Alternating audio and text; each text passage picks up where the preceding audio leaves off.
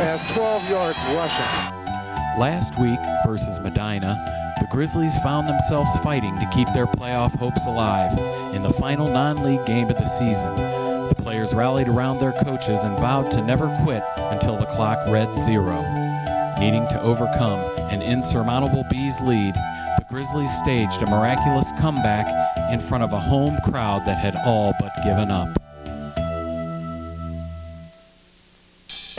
Houston and Macko in the backfield. Wow!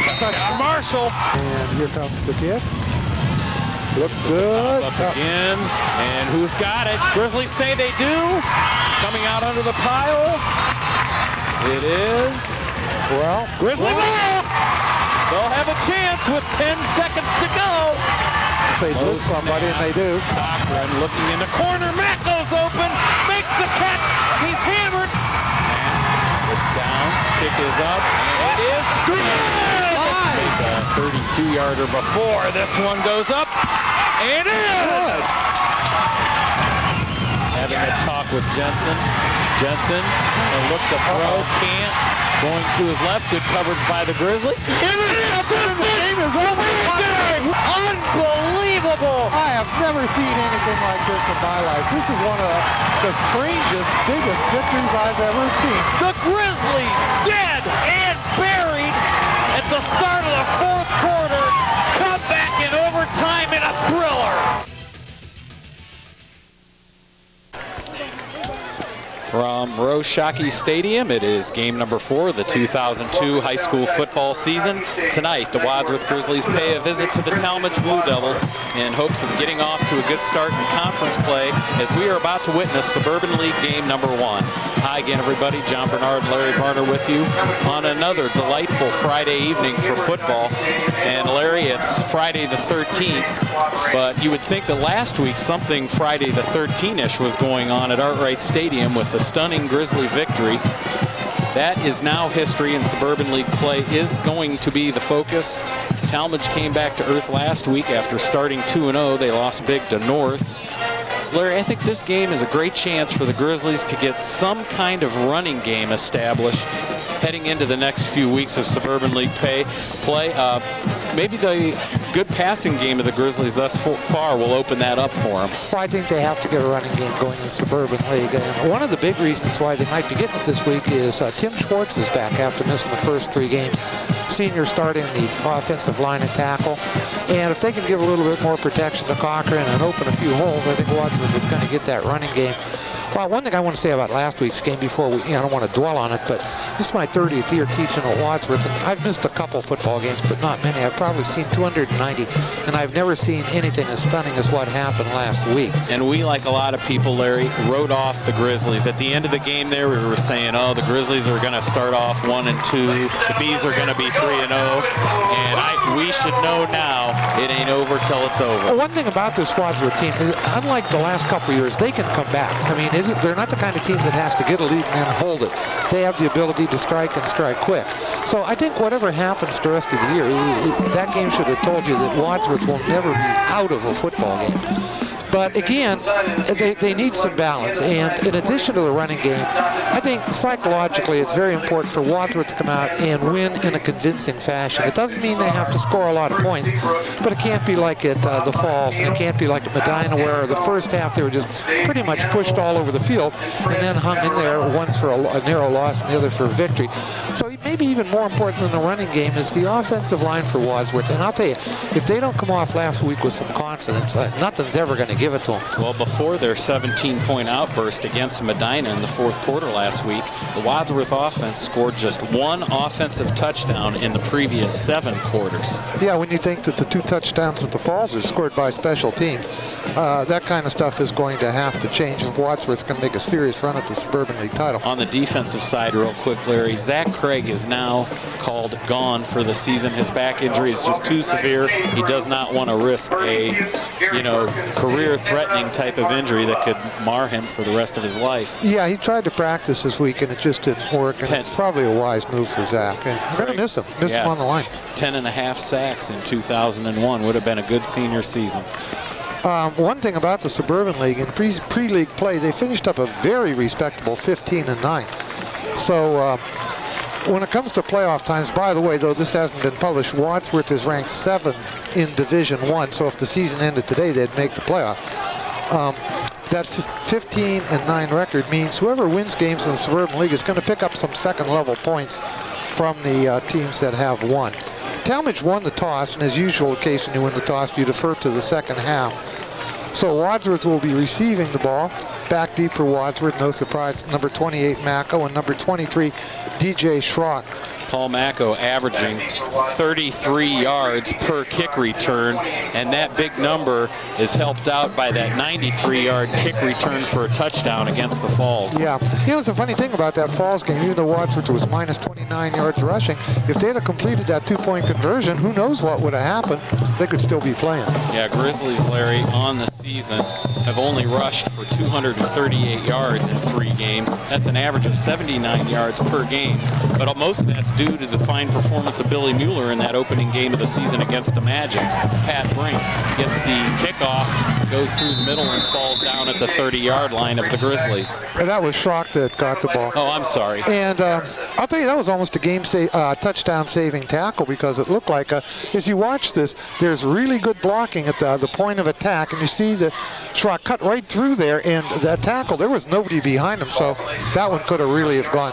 Last loss to Talmadge for the Wadsworth Grizzlies was 1994, so they've won a ton in a row coming into Rashaki Stadium here tonight. Here's Clint Cochran ready to get the Grizzly offense going. It's a pitch back to Brink, cuts on inside from the left and gets it to the 33. It's going to be a pickup of about 3, and Luke Busen is in the up-back position or full-back position as you watch this pitch. And Busen is healthy for the first time this year. I mean, he had the either sprained or separated shoulder, and it was bothering him for a couple of weeks, but I guess he's fine now. And you can see Wadsworth come right out and try to establish that running game. Clint Cochran on the season, 42 of 72 for 58%, 572 yards, 7 touchdowns, 2 interceptions, as Cochran's gonna get sacked. And that was the next stat I was going to mention, Larry. That is now the 17th time Clint Cochran has been sacked in the 2002 season. 17 times in this, just the start of the 4th game of the season. Well, as you watch, there just isn't anybody blocking on the right-hand side of the Wadsworth line, and Cochran never had a chance. Cochran has had most of his success with the quick drops, the 1 to 2 steps drops, pop it out to somebody and let them run with the ball.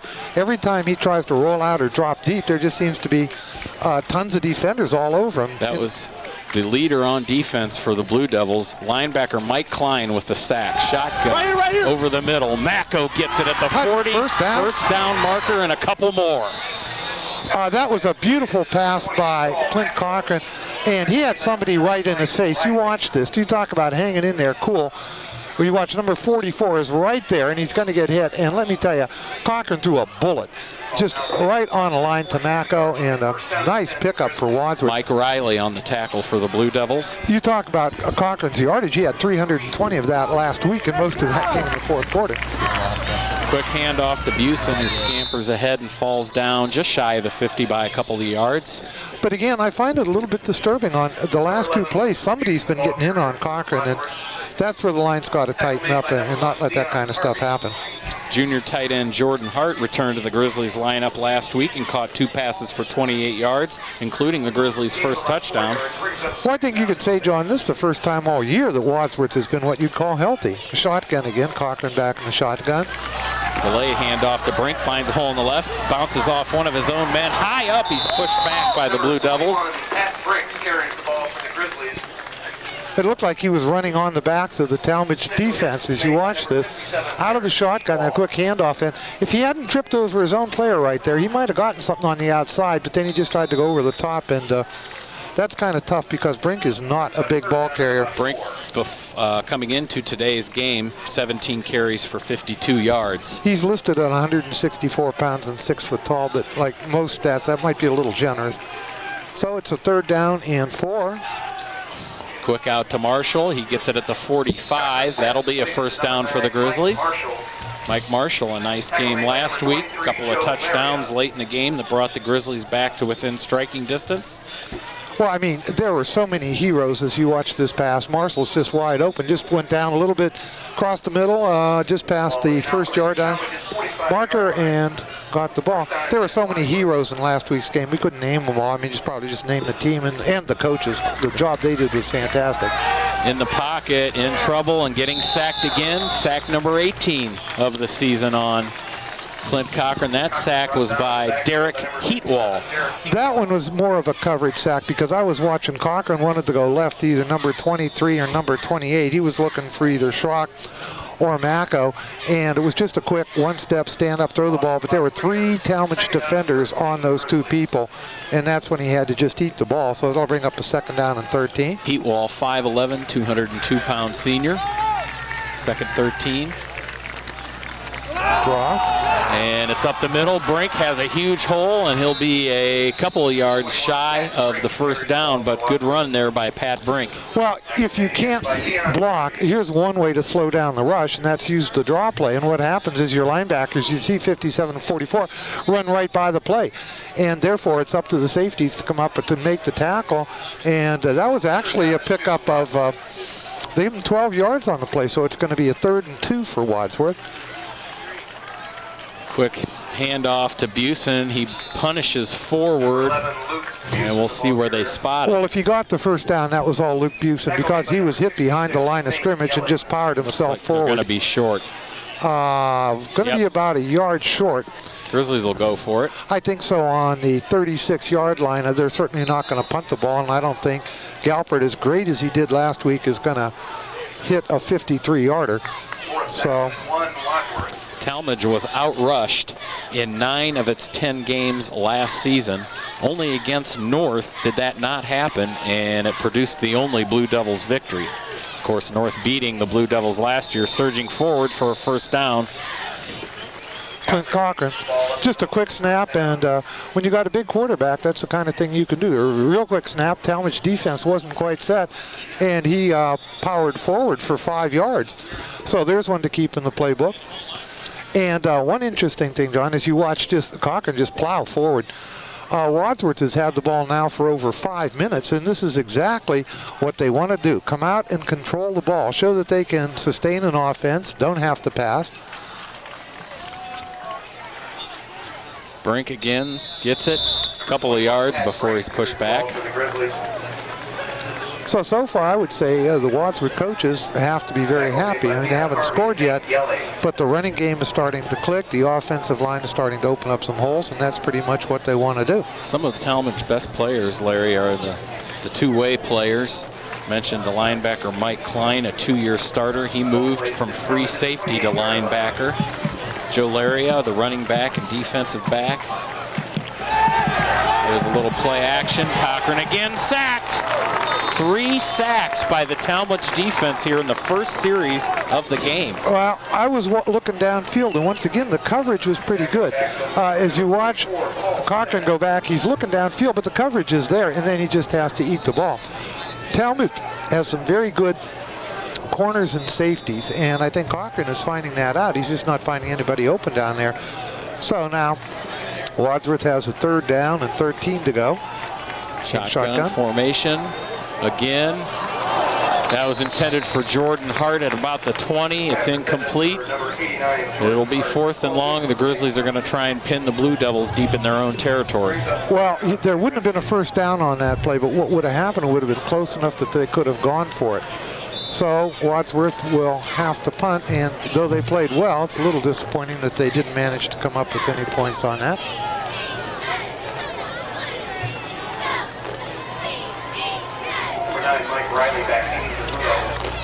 And the snap, low snap. Marshall gets it off. There's some pretty good pressure on it. There's a flag. It bounces off the referee standing in the end zone.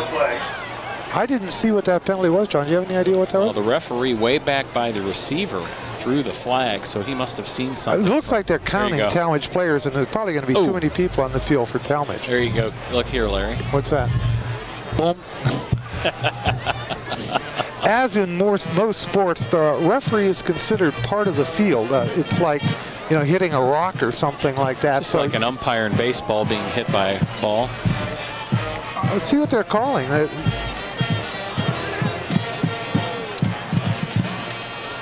I didn't recognize that signal. What they called it, was it a illegal player on the field? I mean, that's the kind of sign he's taking.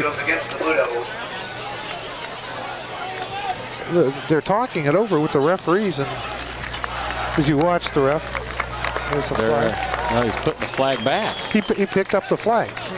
Well, what I think that was probably was that they thought that Talmadge had too many people on the playing field. Illegal participation was the signal, which can be a lot of different things. But then when they recounted, it turns out they had 11.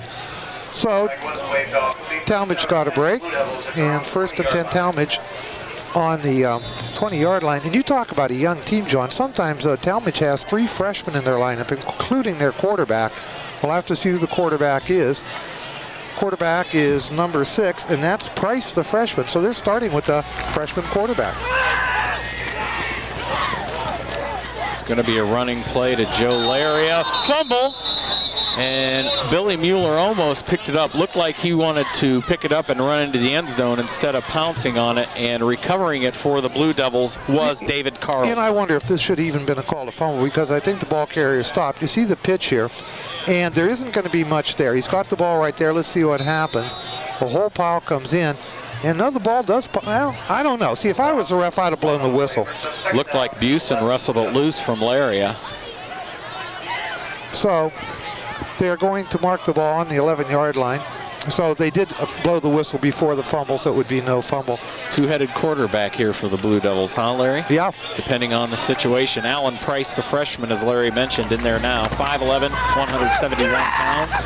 Running play is stuffed. Luke Busen was in on there.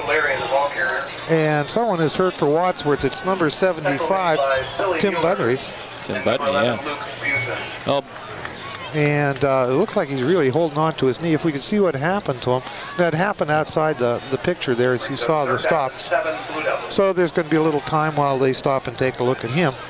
And I've got bad news for you people at home.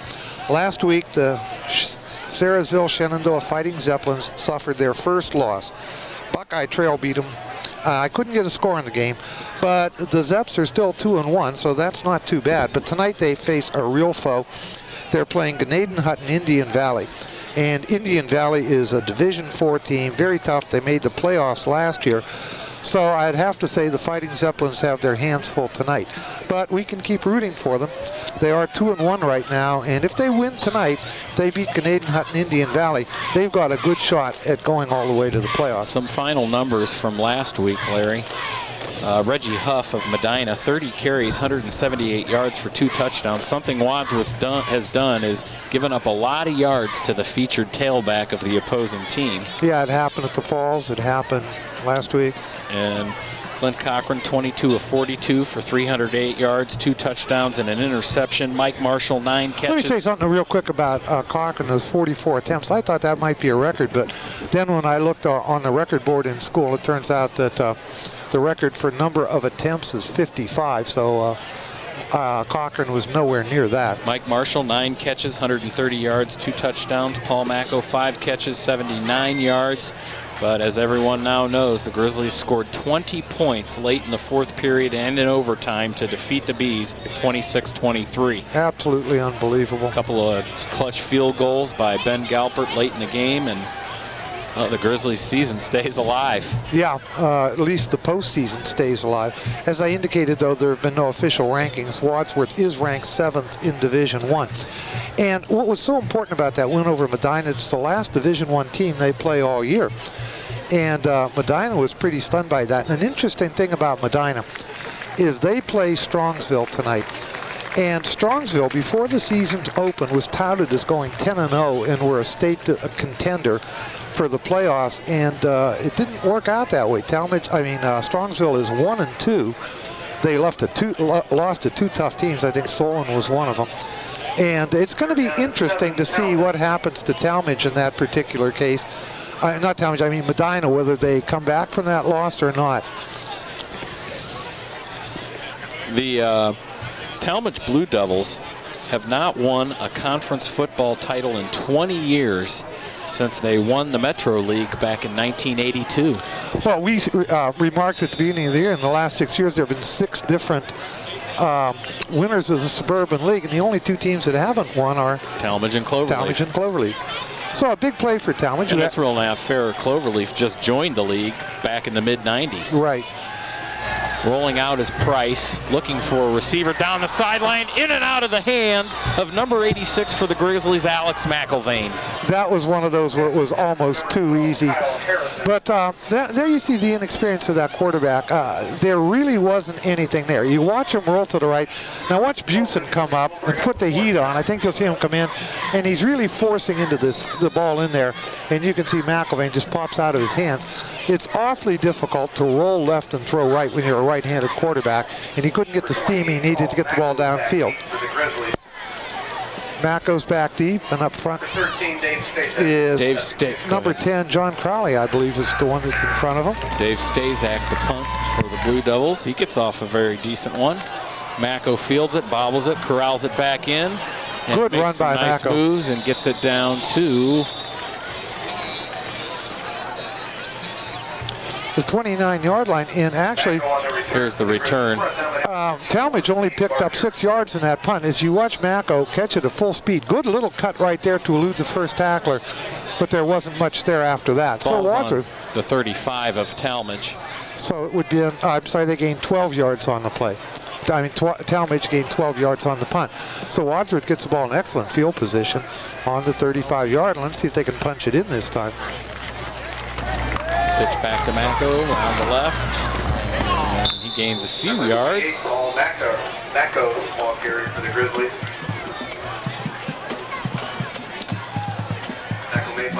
So it looks like it's going to be Macco alternating at the tailback slot with Brink. And Macco's in there now, and they're leaving Busen in as the blocking back or the full back up front. And just as I say that, Busen isn't in there.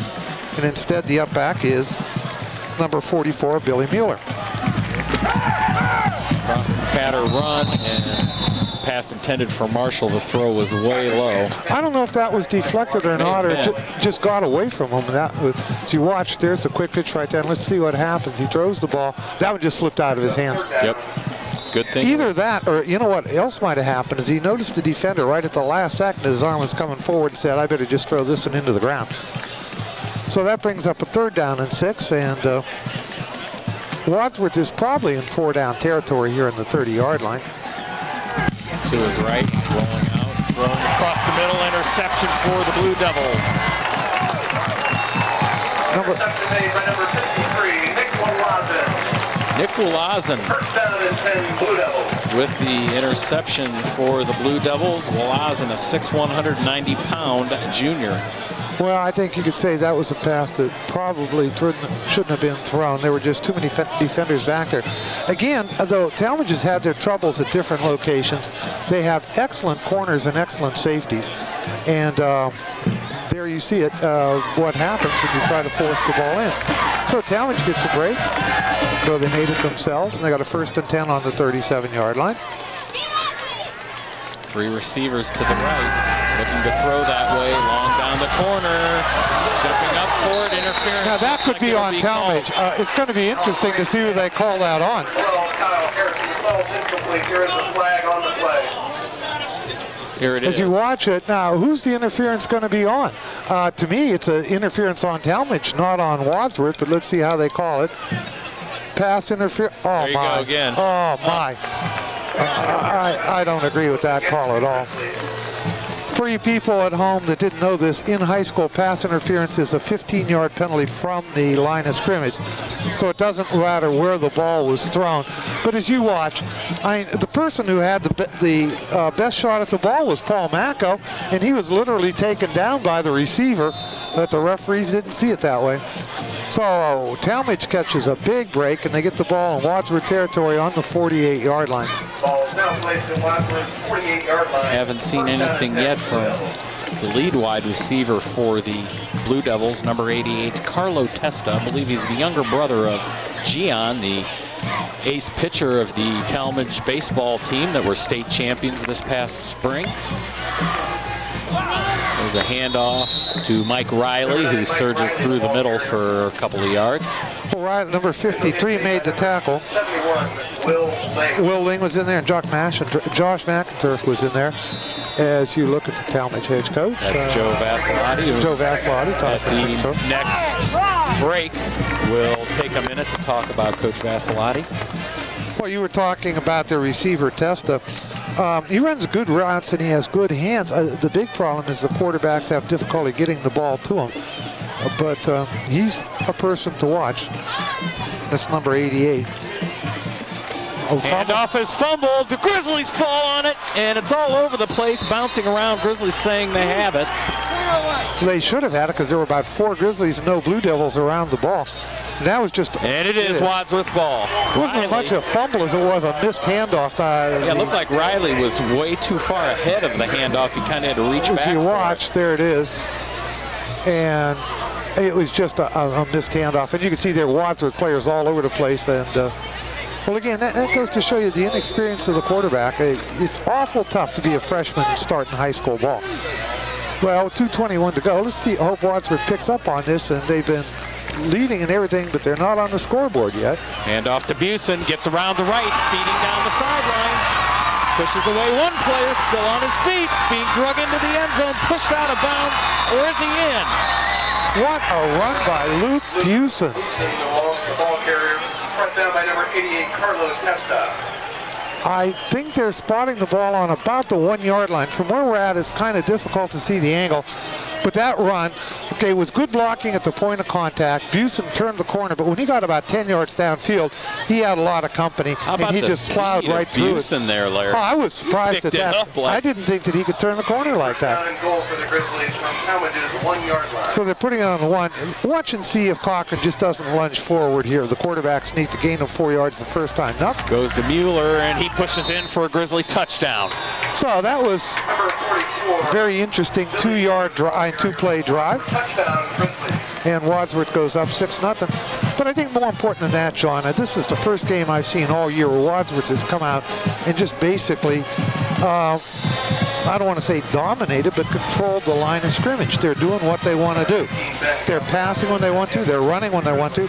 The only problem they've been having is with the sacks. If somebody's busting through, but with the quick handoffs and the quick passes, they're doing fine. Ben Galpert on the extra point. Right through. And that is Ben Galpert with the extra point. He is now 6 of 7 on extra points in the season. That touchdown for Billy Mueller, his first rushing touchdown of the season. Ladies and gentlemen, Burger King is So Wadsworth has gotten off to a good start here tonight. sponsorship dollars go directly. And on the other side of the ball, Talmadge hasn't been able to get much going. They've had the ball a couple times, but it's been Wadsworth turnovers. Their biggest gain was on a 15-yard penalty. So they're going to have to regroup a bit. It's going to be interesting, John, to see how long they stay with their freshman quarterback, because they have 2 quarterbacks. Number 10, Myers, is a junior. And you might be seeing him in there pretty soon. So Joe Vassilotti, the new head coach for the Talmadge Blue Devils, he is returning to the Suburban League after 4 seasons away from it. Some of you high school football fans may remember that he had his greatest success as a coach in this league, leading Norton to championships in 1995 and their playoff year of 1997. Well, that 97 team was something. That was the one that had 20 seniors starting, and that was just one of those once-in-a-lifetime situations where you get one class of kids that you started them as sophomores and they got pushed around quite a bit, started them as juniors and they were respectable, then you start them as seniors and they win the league championship and go on to the playoffs. Coach Vassilotti went to grade school here in Talmadge, then became an outstanding quarterback, Walsh Jesuit. Riley gets it at the 10, comes to the middle of the field, and he's brought down at about the 32. That was almost busted loose for a touchdown there, but a good stop made. Finishing by the Grizzlies. Coach Vassilotti, he, as you watch the replay of that return, Vassilotti coached at Brush in 1998, then moved on to Kent Roosevelt, where he's been before he came here. Vassilotti succeeding Jeff Moore as head coach, and Moore is concentrating now on being the athletic director. But well, I think Chris Vassilotti, as some Wadsworth fans might know, was his brother who taught at Wadsworth for a couple years, coached a couple years. At Revere. Now I think he's at Revere now, isn't he? I think he's not anymore. Well, I'll tell you in a second.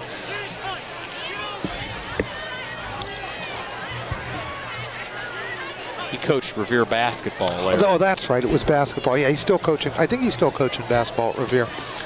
So it's kind of like a suburban league family affair. So but the thing with here at Talmadge is that the best athletes here seem to go out for basketball and baseball, Larry. They're trying to funnel some of those good athletes now into their football program. As I mentioned, the Blue Devils baseball team won the Division II state title in the spring after finishing second for the two previous seasons. In basketball, Talmadge was a Division II regional finalist in 2001, and that was sandwiched around a couple of district appearances. The most recent winning football season here at Talmadge was in 1997 when they were 6-4. Their record since is 12-28. It's funny how some teams, schools do it that way, like with the round ball. Talmadge girls softball is legendary, the kind of performances they put out. Riley gets about 5 yards on the play. Well, since 97, they're 12-28, but they are now 2-1 this season, so tack that onto that record.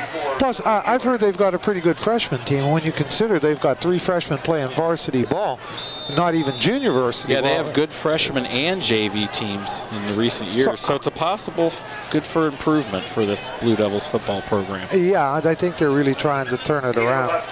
Well, Talmadge this year, or it was either this year or last year, moved from Division III to Division II, and that might be some incentive to get the program going a little stronger.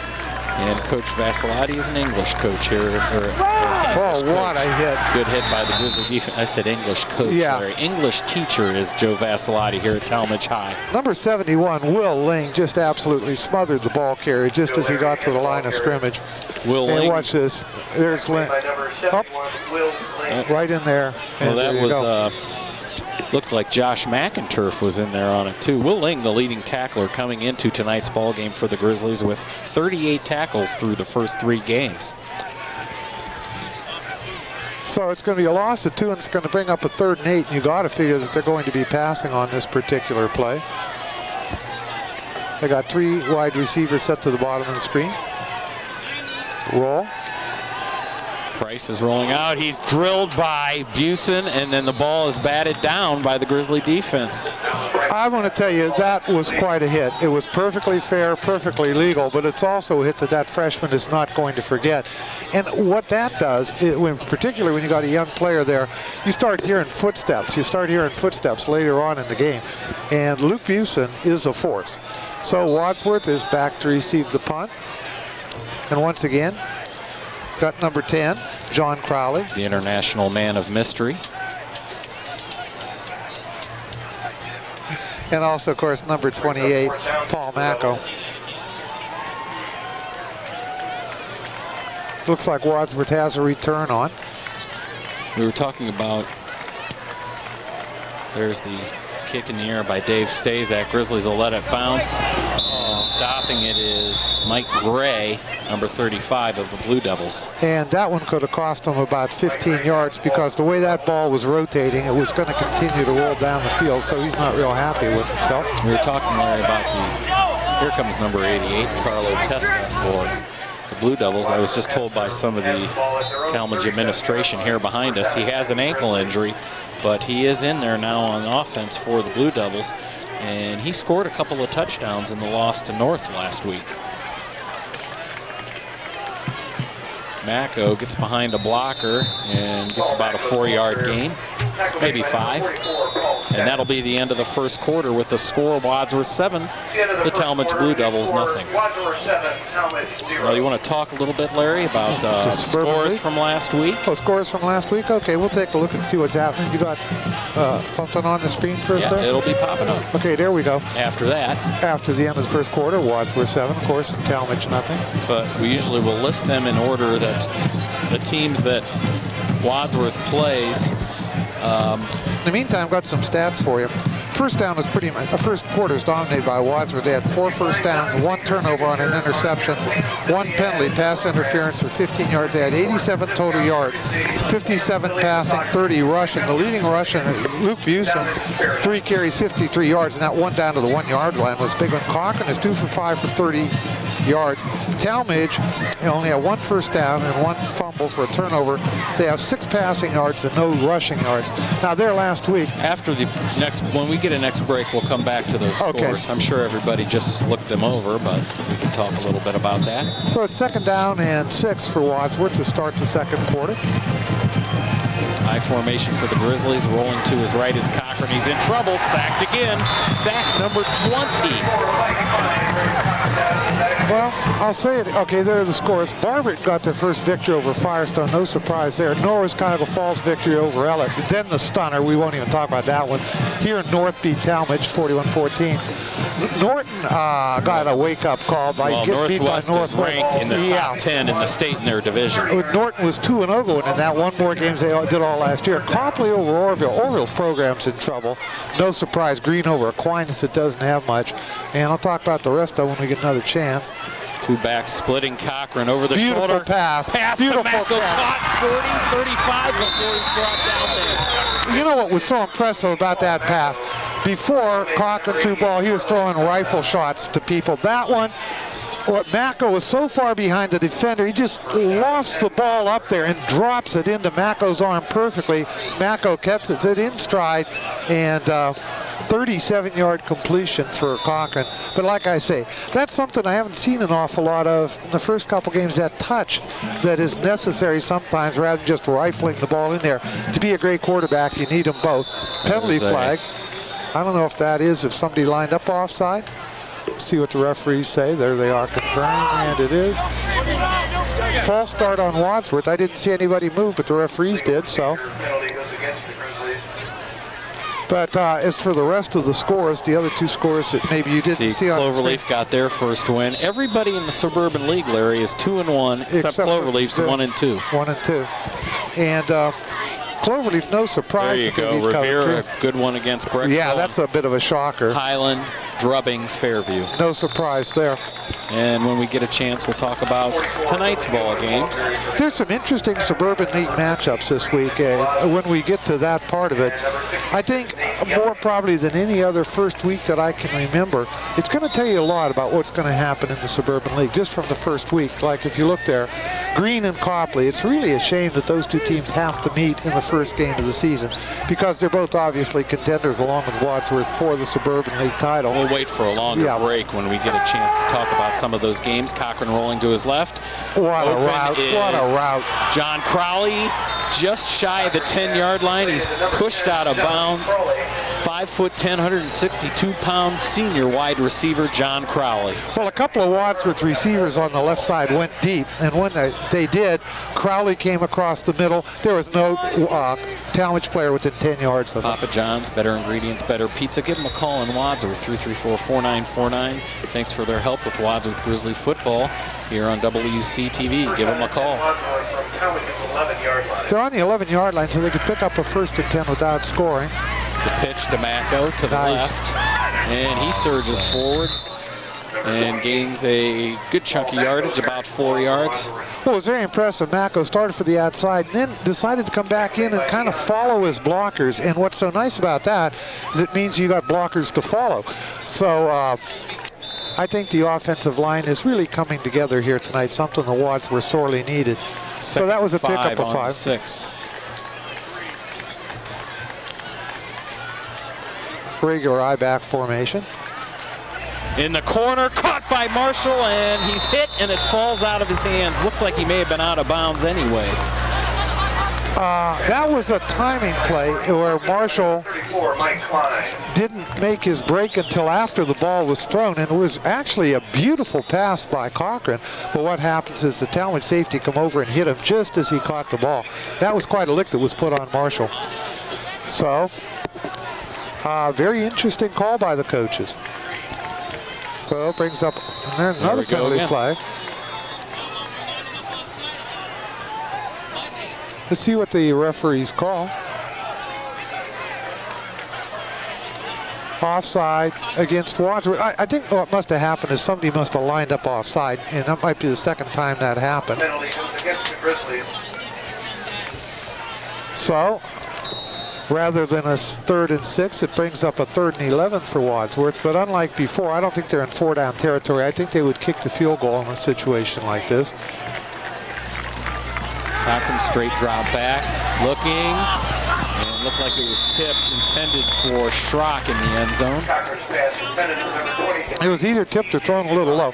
What Cochran was trying to do was get it in there where nobody but Schrock could catch it, and Schrock was on the ground. Let's take a look.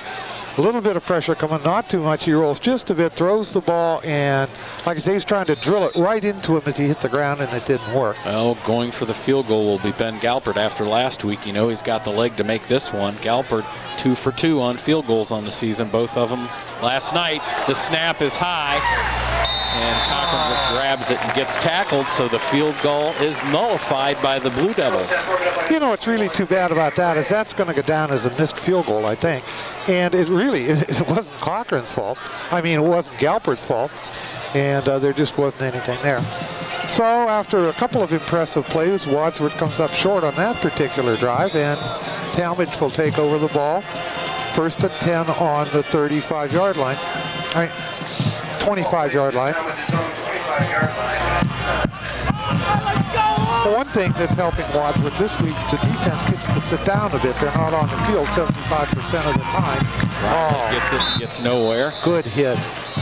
See who gets up. There's Busen getting up off the bottom, and a couple of other Grizzlies whose number I didn't catch. So watch this. Will Ling is the one that comes in and makes the hit right there. You know, last year at Arkwright Stadium, it was by no means an overpowering game by the Grizzlies. The final score was Wadsworth 17, Talmadge 7. So we seem to have some good defensive battles with the Blue Devils over the past years. Well, I said at the start of the show, they don't have to score a lot of points, Wadsworth doesn't. They just have to play a good game. Short drop back for the Blue Devils. Intercepted, and no one there. Paul Macco with the interception for a touchdown. That was intended for Carlo Testa, and it was way over his head, and then stepping behind him was Paul Macco for the interception. Once again, I'm going to say that's what happens when you got a freshman quarterback. This ball was just a rainbow thrown up for grabs, and Macco was just standing there waiting for the ball. You watch it, there's no receiver anywhere. There's Macco, and nobody is going to touch him. He could still be running if he wanted to. So Galpert back in there, trying again, and it's up and good. 14-zip Grizzlies. You know, you'd like to say to Paul Macco, gee, that was a great interception, but it wasn't. It was pretty much a gift. But he did a great job of getting the ball in the end zone. So Wadsworth is up on top, 14-0. One on the good drive, or well, actually the 2-play drive with the big run, and now the interception and run back, and that's the 3rd touchdown that Wadsworth, not offense, has scored. 2 by the special teams and 1 there by the defense. Yeah. Well, I'll tell you, looking at the score and looking at the time, I think this is a very important possession for Talmadge right here. They haven't moved the ball well. They've had opportunities on Wadsworth turnovers and penalties. They had the ball in great field position once, or not great, but good field position in Wadsworth territory, couldn't do anything. If they want to stay in this game, they've got to assert themselves right now. I think it's like almost imperative that they score at least a field goal, or this could be an awfully long night for Talmadge. And I know it's awfully early in the game, but Talmadge has got to do something right now. End-over-end kick, fielded by Riley. Comes around to the left after thinking about going to the middle, and the Grizzlies just bear him down across the 30-yard line. It's going to be on about the 33-yard line. And let's see who comes in a quarterback now for Talmadge. If they're sticking with their freshman quarterback, Price. So the coaches are saying, hey, you know, you might have thrown an interception, but we have confidence in you. So take a look and see what happens this time. If they try those types of passes again, or they get back to a little bit more fundamental football to hold on to it and give their quarterback a little more confidence. Ball marked at Talmadge's 33-yard line. 1st down and 10, Blue Devils. Throw eye set for the Blue Devils here. Fake handoff on the play action. Dion Harvey with the reception, and 1st down for the Blue Devils. He's might be their best receiver at tight end. But I'm going to tell you, I'm going to give the Talmadge coaching staff a lot of credit for that call. You got your freshman quarterback. He just threw an interception for a touchdown. And what do? Not only do they put him in there, they tell him to throw the ball, and they give him a very, very safe route to throw that's almost guaranteed as a completion. So, as I say, give the Talmadge coaches credit for having faith in this kid and helping him along. Oh my, what a hit. Hit and stopped in the backfield. Number 53, Josh McInturf, was in on that. And number 71, also getting up at the bottom of the pile, is Will Ling. And he got up a little slow, but I guess he's okay. It's Joe Laria on the run there for the Blue Devils. But there was no gain on the play. Clock continues to run with 7:30 to go in the second quarter. Blue Devils at 2-1 have already doubled their victory total of last year, which was 1. And not hard to do that math, no. Is it? They were the only team not to win a Suburban League game last year. And Norton went 1-1, which was sacked by McInturf. And I don't know if that pass was complete or not. Be a late hit on Wadsworth out of bounds, and it was a good call. Corwell pushed the receiver when he was already good 5 yards out of bounds. Yeah, that's going to be a good call. I don't think it was intentional in the sense that Corwell was trying to hurt anybody, but he sure did hit him late. And that's going to be a completed pass for about 12 yards, and then they'll put about 15 onto that. So it's a 27-yard gain for Talmadge, and that's their biggest gain of the night. So they're marking the penalty off against Wadsworth. Like I say, there wasn't much doubt on this particular call. Josh McInturf just missing the sack there. Nice play there by Alan Price to elude the sack. Well, this gives Talmadge their best opportunity of the night. And they'd like ball's on the 25-yard line. Sure would like to punch one on the board here and just be a score down. As I said at the start of the drive, I think it's imperative that they do some deep hit. Come on, Joe! Come on, Joe! That run by number 23, Joe Laria. Tackle made by Andy Krzyzanowski. Tackle made by number 22, Andy Krzyzanowski. So there was a gain on the play. They're spotting, I think it's going to be a gain of about 2. There's the pitch to Laria. And something you're not going to see too often. Suddenly you get hit by Luke Busen and not go down. And there you see Krzyzanowski. Billy Mueller there to help out. And yeah. At the end of the play, Jeremy Porchowski. So that brings up 2nd down and 8 on the 23-yard line. High backfield again. Fake to Laria. Price throws it way into the corner, and it's out of bounds. He threw the ball about 5 yards out of bounds because Harvey had gotten there, the tight end had gotten behind everybody, but he was so far back, and it took so long for the play to develop. You couldn't get the ball to him; he would have been out of bounds. Price wanted something in the corner of the end zone there to take advantage of Harvey's height. Right. Harvey's 6'2". But like I say, the play took so long to develop that Harvey, coming across at speed, just had to run out of bounds, and that's where the ball was thrown. Harvey so brings up a 3rd and 8. Basketball player for the Blue Devils.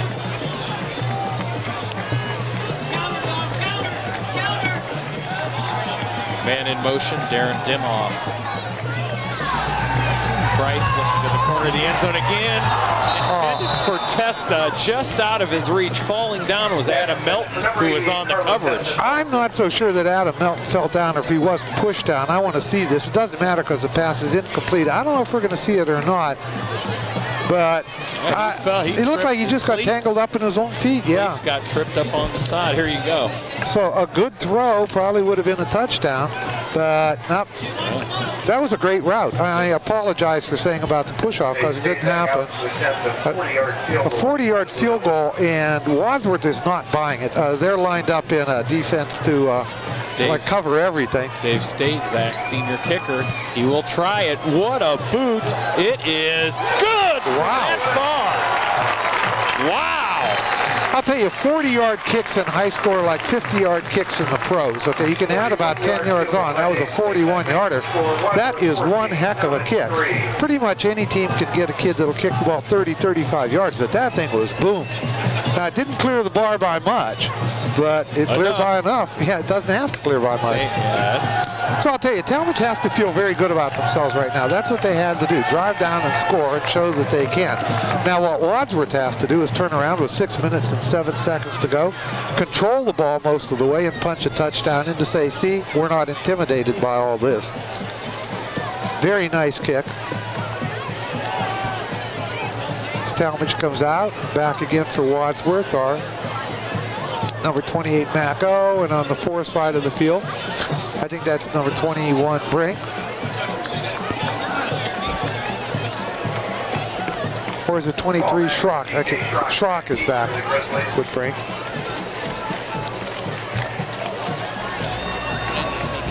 This is one of those situations, if you look on the television set, because they can open up the camera lenses, it looks like it's very bright, but actually this field is quite dark, particularly across the field from the broadcast booth in the far corners. It's a little bit difficult to read numbers at that distance, believe it or not. Onside kick. By the Blue Devils, number 31, Paul Barnes. Recovers the onside kick by the Blue Devils.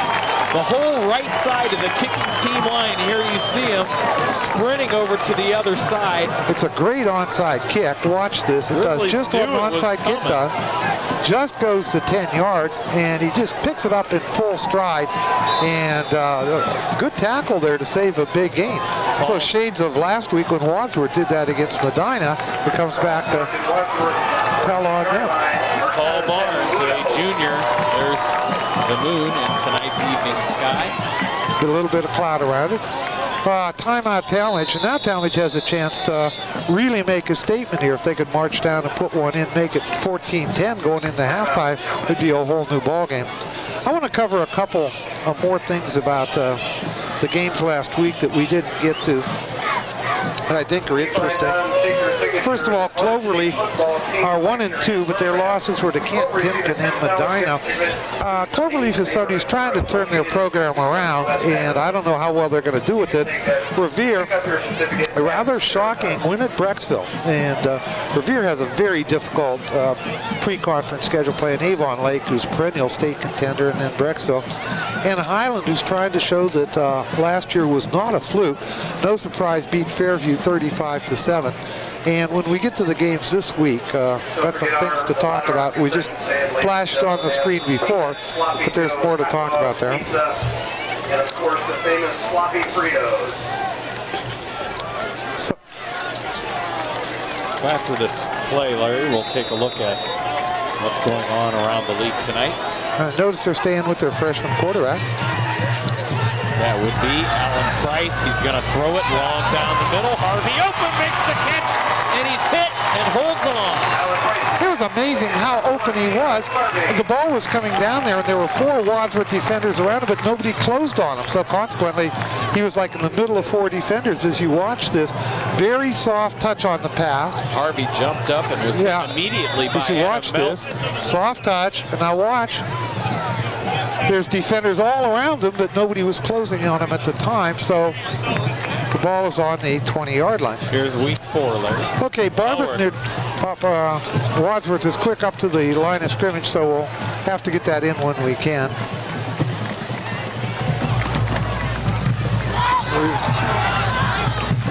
A little delayed handoff there, coming around the other way, Mike Riley.